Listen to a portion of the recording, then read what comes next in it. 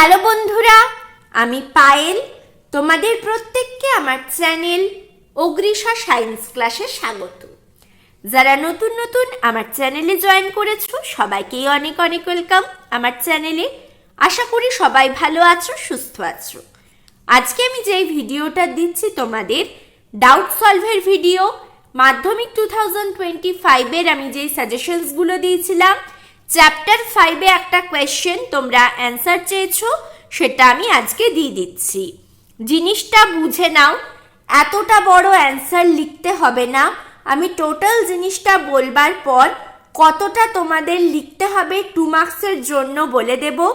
যখন পেজটা দেখাবো ফটো তুলবার জন্য, ভিডিও কোয়ালিটি ইনক্রিজ করে তারপরে তোমরা কিন্তু ফটো তুলবে। যেহেতু আমি টোটাল পেজটা দেখাবো, রেজলিউশন একটু কমে যাবে, তাই তোমাদের ভিডিও কোয়ালিটিটা ইনক্রিজ করতে হবে। যারা প্রথম ভিডিও দেখছো, এখনো পর্যন্ত সাজেশনের ভিডিও দেখোনি লাইফ সায়েন্স, ফিজিক্যাল সায়েন্সের, অতি অবশ্যই চ্যানেল সাবস্ক্রাইব করে সাজেশনের ভিডিওগুলো দেখে নেবে। যেগুলো বলেছি, স্টার মার্ক দিয়েছি, সেগুলোকে ফার্স্ট প্রায়োরিটি দেবে। যদি এই দুটো সাবজেক্টে 90-র মধ্যে 80+ নম্বর কমন পেতে চাও, লিখে লিখে যদি প্র্যাকটিস করো, যতগুলো আমি সাজেশনে কোয়েশ্চেন দিয়েছি, তাহলে তোমরা আমার সাজেশন থেকে কিন্তু কোয়েশ্চেন কমন পাচ্ছই 80+ পাওয়ার মতো এই দুটো সাবজেক্টের থেকে। মাধ্যমিক 2025-এর জন্য ফুল লেন্থ লাইফ সায়েন্স দুটো প্র্যাকটিস সেট দিয়েছি। যদি ওই দুটো প্র্যাকটিস সেটও ভালোভাবে লিখে তোমরা প্র্যাকটিস করো, নিজেরা কপি চেক করো, তাহলেও 80+ নম্বর কমন পাবে। ডাইরেক্ট কোয়েশ্চেন অনেক কমন পেয়ে যাবে ওই দুটো প্র্যাকটিস সেট থেকে। তাই যারা এখনো পর্যন্ত দেখোনি, অতি অবশ্যই এক্সাম দিতে যাওয়ার আগে ফুল লেন্থ প্র্যাকটিস সেটগুলো প্র্যাকটিস করে নেবে। যারা আছো আমার চ্যানেলে, তোমরা বন্ধুদের সাথে ভিডিও শেয়ার করো, তাহলে তারাও চ্যানেলে জয়েন করতে পারে। কোয়েশ্চেনটা, অ্যান্সারটা দেখে নাও। কি বলেছো তোমরা? নদীর বাস্তুতন্ত্র রক্ষায় জীববৈচিত্র্যের ভূমিকা। বাস্তুতন্ত্র তোমরা ক্লাস 9-এ পড়েছো। আমি একটু জিনিসটা বলে দিচ্ছি, তারপরে কতটা কি অ্যান্সার লিখতে হবে 2 মার্কসের জন্য ফাইনালি লাস্টে বলে দেব। দেখে নাও আগে কি দিয়েছি। কোনো একটা নির্দিষ্ট স্থানের জীবজাত উপাদান যেটাকে আমরা বলতে পারি বায়োটিক উপাদানও অনেক ক্ষেত্রে লেখা থাকবে, সেগুলো যখন পরিবেশের জড় উপাদান বা ভৌত উপাদান কি, এগুলো সম্পর্কে তোমরা ক্লাস 9-এ পড়েছো, আমি ডিটেলসে আর বলছি না। এগুলোর সাথে পারস্পরিক আন্তঃক্রিয়া ভীষণ ইম্পর্ট্যান্ট একটা কনসেপ্ট। নিজেদের মধ্যে পারস্পরিক যে সম্পর্ক, যে বিক্রিয়া, যে চক্রটা হয় জীবজ জড় ভৌত উপাদানের, সেটাকেই বলা হয় আন্তঃক্রিয়া করে, যার ফলে জীবগোষ্ঠীর মধ্যে শক্তি প্রবাহ ঘটে এবং পদার্থগুলো চক্রাকারে আবর্তিত হয়ে জীব ও জড় উপাদানগুলোর মধ্যে যে বিশেষ তন্ত্র গঠন করে, তাকেই বাস্তুতন্ত্র বা ইকোসিস্টেম বলে। তারপরে বাস্তুতন্ত্র জীব, জড় ও ভৌত উপাদানের সমন্বয়ে গঠিত একক পরিবেশ। নদীর বাস্তুতন্ত্র স্বয়ংসম্পূর্ণ, কারণ এখানে বাস্তুতন্ত্রের 4টা উপাদানই মজুত আছে। এই 4টে উপাদান কি? উৎপাদক, খাদক, বিয়োজক এবং অজীবজাত উপাদান।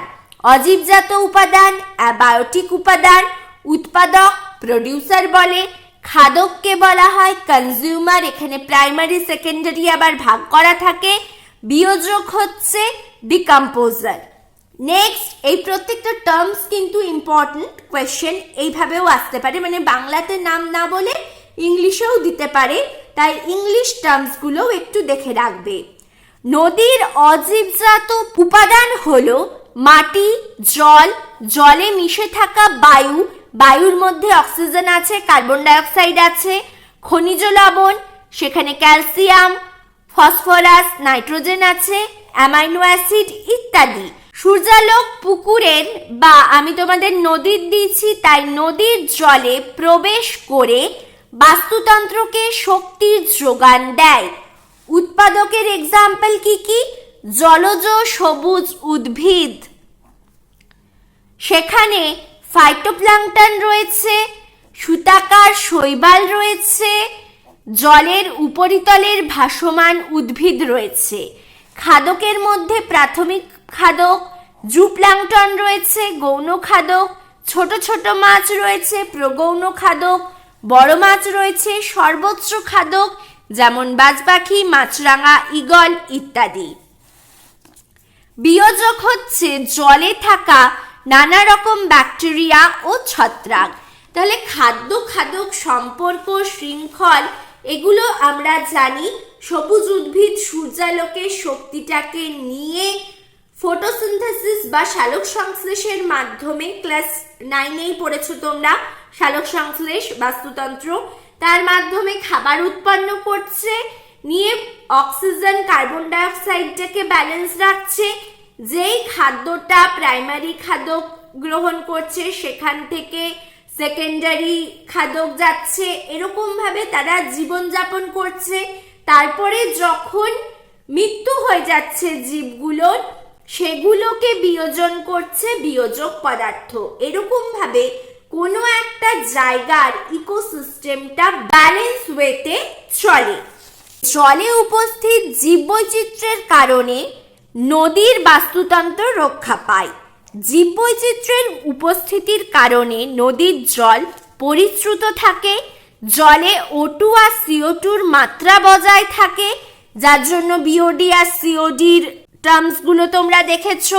খনিজ লবণের মাত্রা বজায় থাকে, খাদ্য খাদক শৃঙ্খল বজায় থাকে, শক্তি প্রবাহ বজায় থাকে, জলজ উদ্ভিদের পরাগযোগ সম্ভবকর হয়, পেস্ট নিয়ন্ত্রিত হয়, সঠিকভাবে পুষ্টিচক্রটা সম্পন্ন হয়, বজ্র জল পরিশোধন করা সম্ভব হয়, বিভিন্ন জড় পদার্থের চক্রাকার আবর্তন সম্ভব হয়।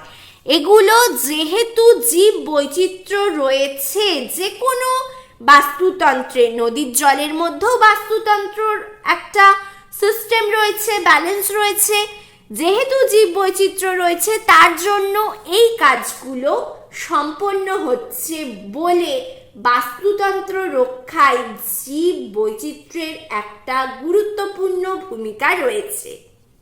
তারপরে কি দিয়েছি, বিশ্ব উষ্ণায়নের ফলে নদীর তাপীয় উষ্ণতা বৃদ্ধি পাচ্ছে, ফলে মাছেদের জীবন বিপন্ন হচ্ছে, ইলিশ মাছের জীবন বিপন্ন হচ্ছে। দূষণের ফলে নদীর জীববৈচিত্র্য বিপন্ন হচ্ছে, যেমন ডলফিন, শুশুক, কচ্ছপ এদের অস্তিত্ব বিপন্ন হচ্ছে। জীববৈচিত্র্য ধ্বংসের কারণে নদীর বাস্তুতন্ত্রের ওপর বিরাট প্রভাব পরিলক্ষিত হচ্ছে। তাই নদীর বাস্তুতন্ত্র রক্ষায় জীব বৈচিত্র্যের গুরুত্ব অপরিসীম। তোমাদের 2 মার্কসের জন্য যেই পোর্শনটা লিখতেই হবে সেটা এবারে তোমরা দেখে নাও। এখান থেকে লিখবে বাস্তুতন্ত্র জীব, জড় ও ভৌত উপাদানের সমন্বয়ে গঠিত একক পরিবেশ। নদীর বাস্তুতন্ত্র স্বয়ংসম্পূর্ণ, কারণ এখানে বাস্তুতন্ত্রের 4টা উপাদানই মজুদ। এগুলো উৎপাদক, খাদক, বিয়োজক এবং অজীবজাত উপাদান। এখানেই তোমরা ব্র্যাকেটের মধ্যে জলজ উদ্ভিদ, খাদকের মধ্যে ডাইরেক্ট যেমন লিখে দিতে পারো জুপ্ল্যাঙ্কটন, ছোট মাছ, বড় মাছ, বাজপাখি। বিয়োজকের মধ্যে লিখে দিতে পারো বিভিন্ন রকম ব্যাকটেরিয়া, ছত্রাক। পাশে পাশে ব্র্যাকেটে এখানেই লিখে দেবে এবং কি দিয়েছি, অজীবজ উপাদান রয়েছে। তারপরে একটু অজীবজ উপাদানের এক্সাম্পল দিয়ে দেবে, মাটি, জল, জলে মিশে থাকা বায়ু, খনিজ লবণ, অ্যামিনো অ্যাসিড ইত্যাদি।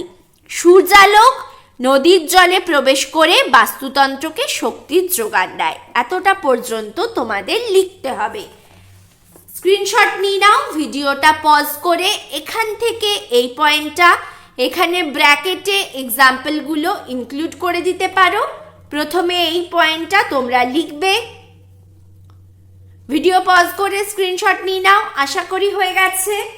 এরপরে তোমরা যেটা লিখবে এইখান থেকে পুরোটা যতটা বললাম টোটালটাই তোমাদের লিখতে হবে। ভিডিও পজ করো, স্ক্রিনশট নাও। আশা করি হয়ে গেছে। নেক্সট পার্টটা নিয়ে নাও, ভিডিও পজ করো, স্ক্রিনশট নাও।